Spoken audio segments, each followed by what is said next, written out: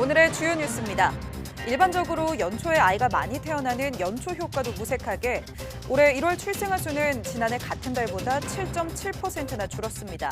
최근 4년 새 가장 큰 전월 대비 감소폭인데 우리나라 인구수는 51개월째 자연 감소를 이어가고 있습니다.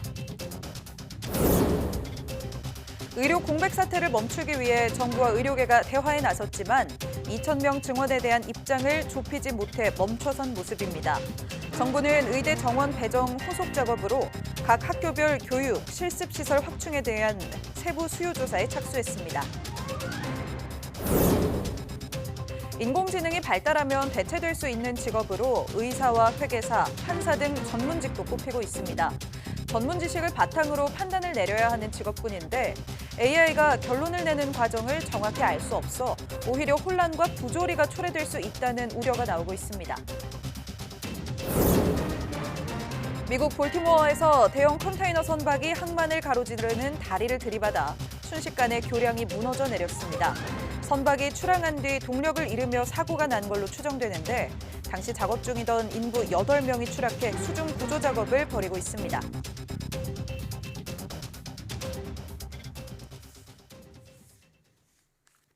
여러분 안녕하십니까? 사이언스 투데이 시작합니다.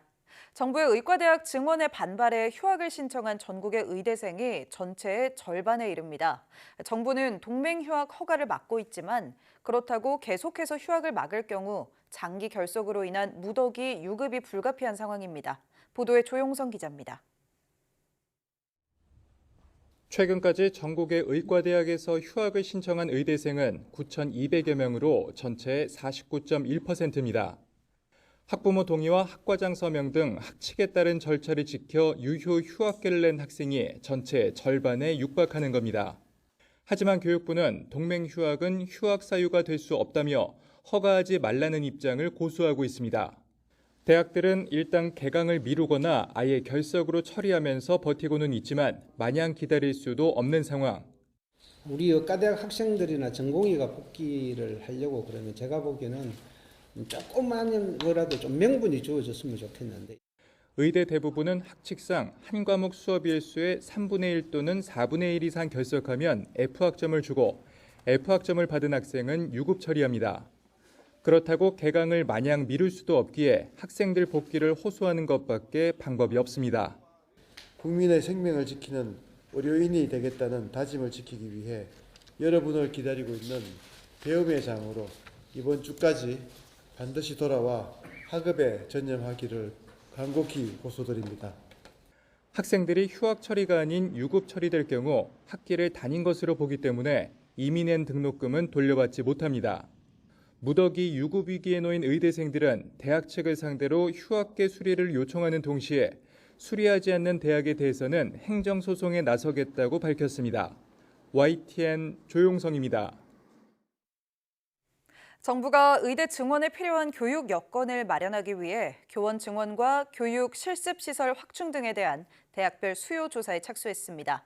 이상민 행정안전부 장관은 27일 중앙안전재난대책본부에서 어제 의대 교육지원 TF 2차 회의를 통해 대학별로 교원 증원 등 8개 분야에 대한 대학별 수요 조사를 시작했다고 말했습니다. 이 장관은 또 각 대학 수요를 적극 반영해 4월 중 의대 교육 여건 개선 방안을 마련할 계획이라고 밝혔습니다. 이 장관은 특히 27년 만에 확대하는 의대 정원 확대는 의료 정상화를 시작하는 필요 조건이라고 강조했습니다. 심각한 저출산에 이젠 연초에 아기가 많이 태어나는 연초 효과마저 기대하기 어려워 보입니다. 올해 첫 달 태어난 아기가 2만 1,000여 명에 불과해 같은 달 기준 역대 최저 기록을 경신했는데 4년 만에 최대 감소폭입니다. 이승은 기자가 보도합니다. 지난 1월 출생아 수가 16개월째 같은 달 기준 역대 최저 기록을 이어갔습니다. 1월 출생아 수는 2만 1,442명으로 지난해 1월보다 1,788명, 7.7% 줄었습니다.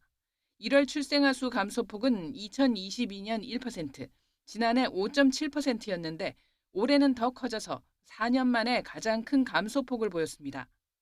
연초 효과로 출생아 수에 큰 반등을 기대했지만 지난해 12월보다 5,189명 느는 데 그쳤습니다. 대전과 충북에서만 지난해 1월보다 늘었고 다른 15개 시도에서는 감소했습니다. 생각보다는 조금 더 감소 폭이 좀 컸다. 코로나 이후에 이제 혼인 건수가 계속 감소되면서 그게 이제 영향이 아직까지 좀 미치고 있는 게 아닌가 좀 보고 있고요.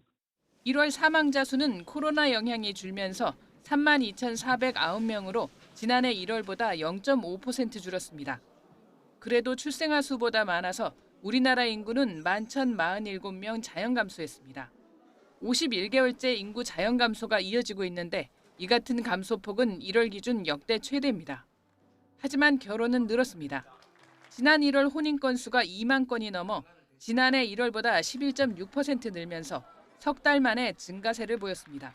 통계청은 하지만 올해 1월은 지난해 1월보다 혼인 신고 가능 일수가 이틀 많았다며 증가 추세가 이어질지는 아직 미지수라고 설명했습니다. 지난해 합계 출산율은 0.72명, 통계청은 올해는 0.68명으로 더 떨어질 것으로 우려하고 있습니다. YTN 이승은입니다.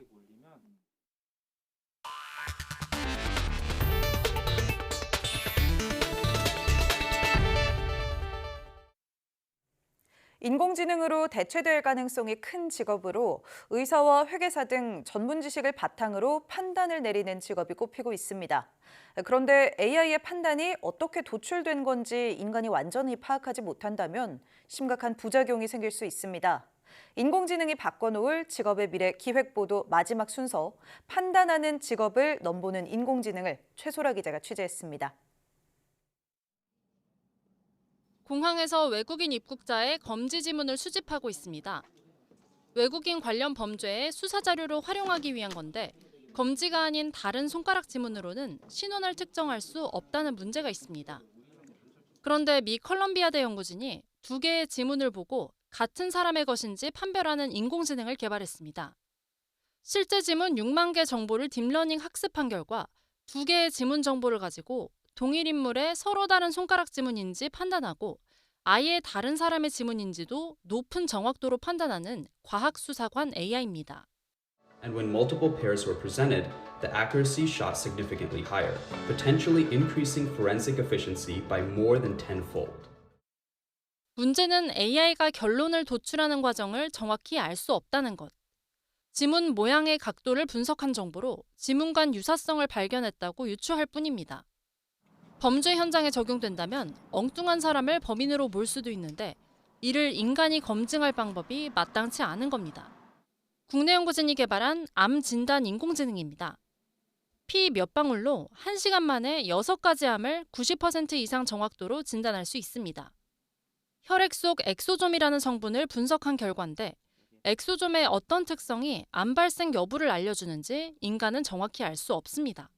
원래는 블랙박스거든요. 뭔가 이 인공지능이 해석 결과를 보여주는 건데 저희도 궁금하니까 그 역설계를 해가지고 그게 왜 그렇게 나왔나라는 거를 좀 알아보려고 하기는 하죠. 빅데이터에 근거해 합리적인 판단을 내릴 것으로 여겨지는 인공지능. 때로는 인간이 미처 찾아내지 못한 인사이트를 제공하지만 판단의 과정을 인간이 이해할 수 없는 경우 AI 의사와 AI 경찰, AI 주식 투자자, AI 판사 등이 내린 결론을 그대로 수용하기도 그렇다고 무작정 거부하기도 곤란해 큰 혼란과 부조리를 초래할 수도 있다는 경고가 나오고 있습니다. YTN 사이언스 최소라입니다. 미국 볼티모어에서 대형 컨테이너 선박이 항만을 가로지르는 다리를 들이받아 교량이 무너져 내리는 사고가 일어났습니다. 당시 밤샘 작업 중이던 인부 8명이 추락해 수중 구조 작업을 벌이고 있는데 당국은 구체적인 사고 원인을 조사하고 있습니다. 류재복 기자의 보도입니다. 커다란 배가 교각을 들이받자마자 다리가 그대로 무너져 내립니다. 길이 2.6km 다리가 무너지는데 20초밖에 걸리지 않았습니다. 새벽 시간 볼티모어 항만을 가로지르는 교량을 컨테이너 선박이 들이받아 생긴 일입니다. My coworker goes, "Jay, look, the bridge collapsed." And I was like, "You're lying. Stop playing with me." He goes, "No, go look." 다리가 무너지면서 인부 8명이 물에 빠졌습니다. 당국은 비상사태를 선포한 뒤 물속 구조 작업을 벌이고 있습니다. 싱가포르 선적 달리호는 컨테이너 4,900개를 싣고 볼티모어 항을 떠나 스리랑카로 갈 예정이었습니다. 충돌로 불이 났지만 곧 진화돼 선원 22명은 무사했습니다. we haven't seen any credible evidence of a terrorist attack. Our administration is working closely with leaders from all levels of government and society to respond to this crisis. 선박은 출항 뒤 동력을 잃어 다리를 들이받은 것으로 추정됩니다. 특히 충돌 직전 조난 신호를 보내 차량 출입이 통제되면서 대형 참사를 모면할 수 있었습니다. YTN 유재복입니다. 교량 붕괴 사고를 낸 컨테이너선 달리호는 지난해 받은 선박 검사에서 결함이 발견됐다고 미 일간 워싱턴 포스트가 보도했습니다. 달리호는 지난해 6월 레산 안토니오 항구에서 실시된 검사에서 시스템 결함이 확인됐다고 신문은 전했습니다. 당시 검사관들은 추진 및 보조 기계와 관련된 것으로 분류되는 문제를 발견했습니다. 추진과 보조 기계는 선박 엔진 작동이나 운항과 관련이 있습니다. 달리호는 8년 전 벨기에의 한 항구에서도 충돌 사고를 냈다고 로이터 통신이 보도했습니다. 보도에 따르면 달리호는 2016년 7월 11일 벨기에 앤트워프 항구의 북해 컨테이너 터미널을 빠져나가려다 부두에 부딪혔습니다. 정부가 지역 소멸을 막기 위해 추진하는 국가 첨단 산업단지 조성을 신속히 하기로 했습니다. 전남 고흥과 경북 울진 산단의 예비 타당성을 면제하고 다른 12개 산단도 예타 기간을 절반으로 줄이겠다는 계획입니다. 보도에 이승윤 기자입니다.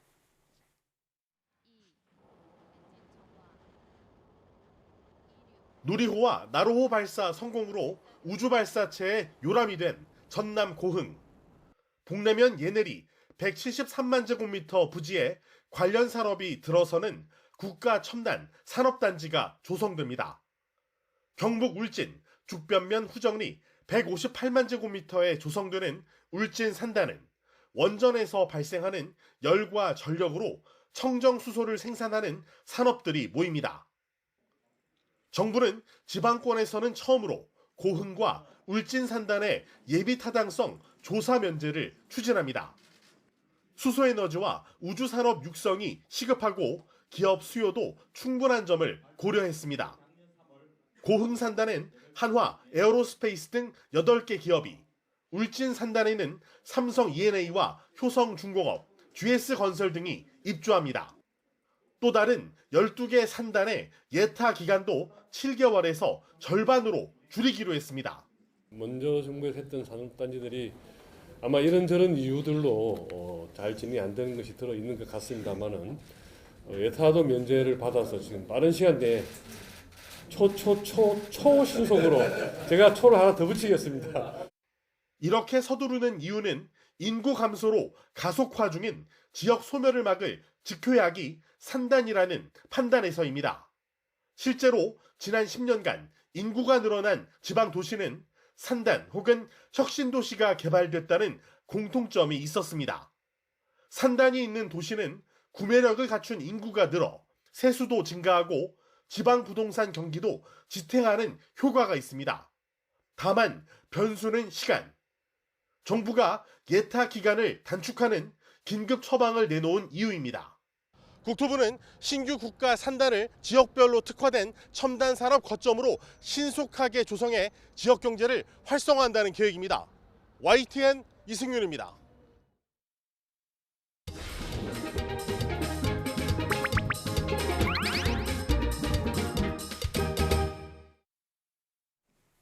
네, 다양한 동물의 생태와 습성을 알아보고 그 속에 담긴 과학을 찾아보는 시간입니다. 사이언스주 이동은 기자 함께하겠습니다. 어서 오세요. 안녕하세요. 네, 이번 주의 주인공이 되는 동물 또 어떤 동물일까요? 네, 오늘 만나볼 동물은 사냥인데요. 네. 보통 이 복슬복슬하고 흰 털을 가진 양은 우리가 많이 알고들 있지만 사냥에 대해서는 정확히 모르시는 경우가 많더라고요. 네. 이번 시간에 자세히 알아보겠습니다. 그러게요. 정말 양이랑 사냥 다르게 생겼다는 거야 뭐 저희가 알고 있는데 네. 정확히 어떻게 다른 종인지 뭐가 다른지는 문득 들으니까 또 모르겠다는 생각이 드네요. 네. 설명 좀 해주시죠. 뭐 우리가 흔히 양 하면 떠올리는 게 이제 털이 많은 그런 양인데 보통 이 양은 면양이고요. 토종 품종이 아니라 호주에서 들어온 외래 품종입니다. 네. 우리나라에서 오랫동안 살았던 전통적인 양이라고 하면 사냥이라고 봐야 되는데요. 사냥은 엄밀히 말하면 우제목, 소과의 동물로 이 소과 동물 조상의 형질을 가장 오랫동안 간직하고 있어서 살아있는 화석이다 이렇게 불리기도 합니다. 네. 예를 들어서 포유류 같은 경우는 보통 발가락이 5개인데 그중에 이 일부 동물 같은 경우는 발굽을 지닌 동물로 진화를 하면서 발 모양이 변해왔습니다. 대부분은 이 발굽 부분이 딱딱해서 움직일 수가 없는데 사냥은 발가락처럼 이 발굽을 벌려서 움직일 수가 있습니다. 이런 특징 같은 것들이 이제 과거의 모습을 간직한 어떤 진화의 중간 단계다 이렇게 보고 있는 거죠. 그렇군요. 그러니까 과거부터 우리나라에 살았던 양이라고 하면 방금 영상에 나온 것처럼 그 복슬복슬한 흰 양이 아니고 사냥이네요. 네, 맞습니다. 이 사냥은 전 세계적으로 4종이 있는데 우리나라에 사는 사냥은 아무르 사냥 또는 이 긴꼬리 사냥이라고 불리는 종입니다. 주로 이 한반도와 중국 동북지방, 러시아 산림지대에 서식을 하는데 우리나라에서는 이 비무장지대부터 지리산에 이르는 이 태백산맥 백두대간을 따라 주로 분포를 합니다. 네. 이 사냥은 4종이 모두 국제적인 멸종 위기종인 만큼 우리나라 사냥도 환경부가 지정한 멸종 위기 야생생물 1급이고 또 이 천연기념물 217호로 지정돼서 보호하고 있습니다. 네. 이 한국에서는 1950년대까지만 해도 제주도를 제외하고는 전국 산지에 이 사냥이 살고 있었는데 이후에 이 서식지가 파괴가 되고 또 이 산림 개발이 계속되면서 개체수가 크게 줄어들게 됐고요. 1998년에 이렇게 멸종 위기종으로 지정이 됐습니다. 지금은 2006년부터 이 사냥 복원 사업이 시작됐기 때문에 이후로 개체수가 조금씩 늘어나고 네. 있고요. 야생으로 되돌려보낸 사냥들이 있기 때문에 가끔씩은 이 야생에서도 만나볼 수 있게 됐습니다. 그렇군요. 아유, 요즘은 귀한 몸이네요. 네. 네. 화면으로 봐도 이 두 양이 확실히 다른데요. 사실 사냥은 저희가 야생에서 쉽게 볼 수 없다 보니까 방금 화면으로 보니까 생각보다 꼬리도 좀 길고 네. 고라니를 닮은 것 같기도 하고 생김새가 익숙하진 않네요. 네, 맞습니다. 또 이 언뜻 보면 양이라기보다는 좀 염소에 더 네. 가까워 보이기도 하는데 실제로 이 사냥의 속명이 라틴어로 숲의 작은 염소란 뜻이기도 합니다. 네. 하지만 덩치로 보면 몸 길이가 뭐 보통 1m 안팎으로 염소보다는 조금 큰 편이고요. 또 이 색깔도 회갈색 계통이 많아서 조금 다른 편입니다. 사냥은 암수 모두에게 뿔이 있어서 이 뿔에 있는 주름으로 나이를 가늠할 수 있고요. 또 이 사자처럼 수컷은 갈기가 있어서 암수 구분이 비교적 쉬운 네. 편입니다. 이 앞서 말씀드린 대로 발굽의 형태가 사냥의 어떤 가장 큰 특징이라고 할 수 있는데 두 갈래로 갈라진 발굽을 움직일 수가 있고 또 이 가장자리가 고무처럼 탄력이 있어서 절벽을 타는데 아주 유리하다고 합니다. 맞아요. 저도 그 인터넷에서 이렇게 거의 뭐 그냥 수직에 가까운 절벽에 걸어다니는 사냥 영상을 봤던 것 같은데 이게 이제 과학적으로 어떻게 가능한 건가요? 네, 뭐 사냥은 보통 고산지대나 바위 절벽이 많은 아주 험난한 그런 산악지대에 주로 사는데 보통 해발 600에서 700m 이상 또 경사가 30에서 40도 정도에 이르는 네. 가파른 절벽에 서식을 합니다. 몸집에 비해서 발굽이 작아서 이런 경사에도 서 있기가 비교적 쉽고요. 또 이 앞서 언급한 것처럼 발굽이 부드러운 표면으로 되어 있어서 암벽 사이를 걷는데도 유리합니다. 네. 또 다리가 굵고 튼튼한 편이라서 한 번에 2m 가까이 점프가 가능하다고 한데 그만큼 이 높은 지역을 오르내리면서 생활하는 데는 불편함이 적은 편입니다. 그래도 왜 그렇게 불편한 곳에 사는지 그렇죠. 좀 궁금하긴 해요. 네, 이렇게 뭐 사냥이 절벽 생활을 하는 데는 몇 가지 이유가 있습니다. 우선은 이 야생에서 약자이다 보니까 뭐 늑대나 호랑이 같은 포식자가 다가오면 이렇게 절벽을 오르내리면서 피할 수 있도록 적응을 하게 된 건데 실제로 이 사냥이 절벽에 바짝 붙어 서서 있으면 암벽 색깔과 털 색깔도 비슷하기 때문에 맞아요. 발견하지 못하는 경우도 많이 있다고 영상만 합니다. 봐도 거의 색깔이 그렇죠. 네, 보호색에 가까운데 또 이 겨울철에 눈이 많이 오면 먹이를 구하기가 힘들어지잖아요. 그런데 이 산악 지역은 상대적으로 눈이 적게 쌓이는 편이라서 또 먹이를 구하기가 좀 쉬워지고요. 또 사냥의 번식 방법도 이런 산악지대에 살게 된 원인 중에 하나입니다. 사냥은 1년에서 2년 사이에 한 번 정도 짝짓기를 하고요. 250일 정도, 그러니까 7개월 정도 임신을 해 있다가 보통 한 마리, 뭐 아주 드물게 2마리 정도의 새끼를 낳습니다. 이렇게 좀 번식률이 매우 낮은 그렇네요. 편이다 보니까 새끼를 무사히 건강히 키우는 게 중요하겠죠. 그래서 이 천적이 거의 드나들 수 없도록 바위 구멍에다가 보금자리를 만들 만들고 이 새끼를 낳아서 기르게 된 겁니다. 아, 네. 그런 이유들이 또 있었군요.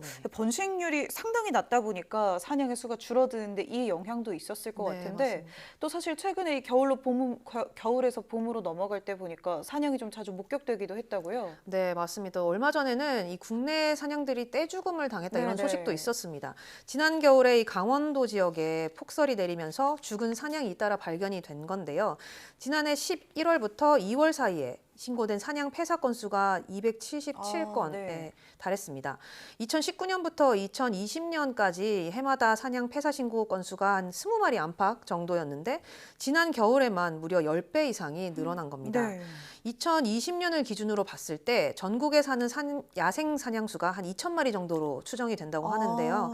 그러니까 지난 겨울에 죽은 사냥 수만 이 전체 수의 한 10%에 달한다고 볼 수 있습니다. 사실은 그럼 대기근 정도의 상황이었네요. 네, 맞습니다. 뭐 과거에도 이렇게 폭설로 인해서 사냥이 죽는 경우는 종종 있었는데요. 보통 눈이 많이 와도 빠르게 뭐 하루 이틀 안에 녹으면 사냥이 먹이를 찾을 수가 있는데 올해처럼 잦은 폭설이 이어지면 지표면이 얼어붙고 또 눈 위에 눈이 쌓이게 되죠. 그래서 사냥이 먹이를 구하기가 힘들어집니다. 실제로 이 올겨울에 먹이를 찾아서 산 밑으로 내려왔다가 사람에게 발견되는 사냥이 유난히 많았던 네. 것으로 나타났는데 사냥이 보통 사람과 100m 이상 거리를 두는 좀 겁이 많은 동물인데요. 탈진 상태로 이 산에서 내려온 사냥들이 도망도 못 가고 이렇게 탈진해 있는 경우가 많았다고 합니다. 그렇군요. 폭설이 동물들에게 위협이 될 수 있겠지만 이렇게까지 치명적으로 떼죽음의 원인이 될 거라고는 생각 못했던 것 같습니다. 네, 또 여기에다가 전문가들의 말로는 또 한 가지 악화시킨 요인이 있었는데 네. 이 아프리카 돼지열병의 방역을 위해서 도로 근처에다가 울타리를 쳐놨습니다. 그래서 이런 울타리들이 사냥에게 더 큰 위협이 되었다는 건데요. 실제로 지난 겨울에 이런 펜스 부근에서 죽거나 구조된 그런 사냥이 네. 많았는데 먹이를 찾아서 도로 근처로 내려왔던 사냥이 울타리에 막혀서 길을 찾지 못하거나 또 이 주변에 이 깎아지른 듯한 절개지에 빠져서 탈진하는 경우가 많았다고 합니다. 이 때문에 이 사냥의 폐사를 막기 위해서는 단절된 길을 열어주는 게 중요하기도 한데요. 네. 특히 도로가 많이 있는 국립공원 안에 이 생태 통로를 더 많이 마련을 해서 야생동물들을 좀 보존해야 한다 이런 목소리가 높아지고 있습니다. 맞아요. 이런 공존을 위한 고민은 사람이 나서서 더 적극적으로 좀 해주면 좋겠다는 네. 생각이 듭니다. 네, 오늘도 사이언스주 함께했습니다. 고맙습니다.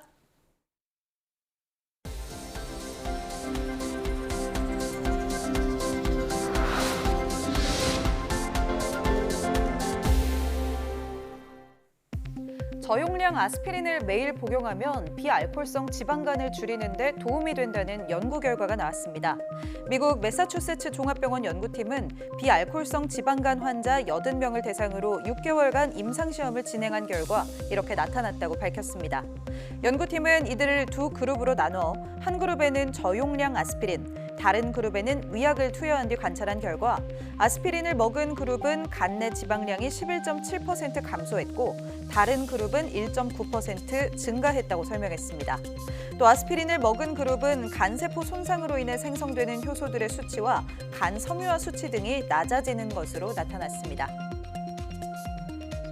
버려지는 진동 에너지를 전기 에너지로 바꾸는 에너지 하베스팅 기술의 효율을 높이는 방법이 개발됐습니다.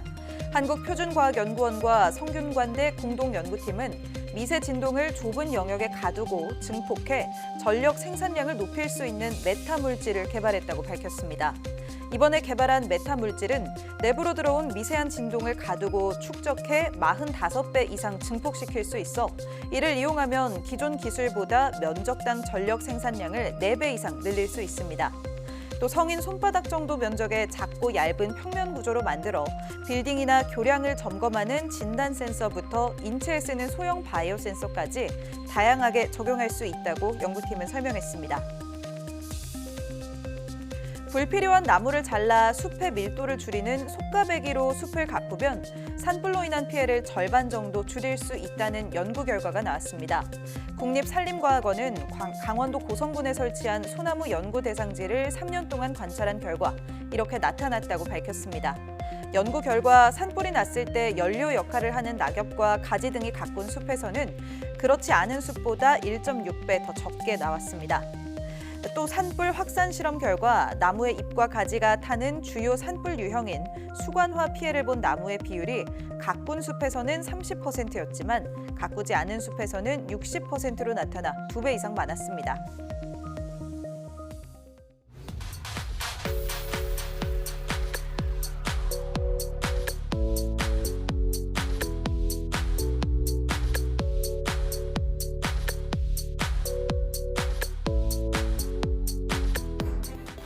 오늘 만나본 사냥 같은 야생동물들에게는 생태 통로와 넓은 서식지가 필수적인데요. 활동 반경이 단절되면 무리의 존속에도 위협이 될 뿐 아니라 로드킬의 직접적인 원인이 되기 때문입니다. 인적이 드문 국도나 산길에서 과속하지 않고 야간에는 도로가보다 중앙선 가까이로 운전하는 것만으로도 로드킬 사고를 많이 줄일 수 있다고 하니 기억해 두시면 좋겠습니다. 뉴스 마칩니다. 고맙습니다.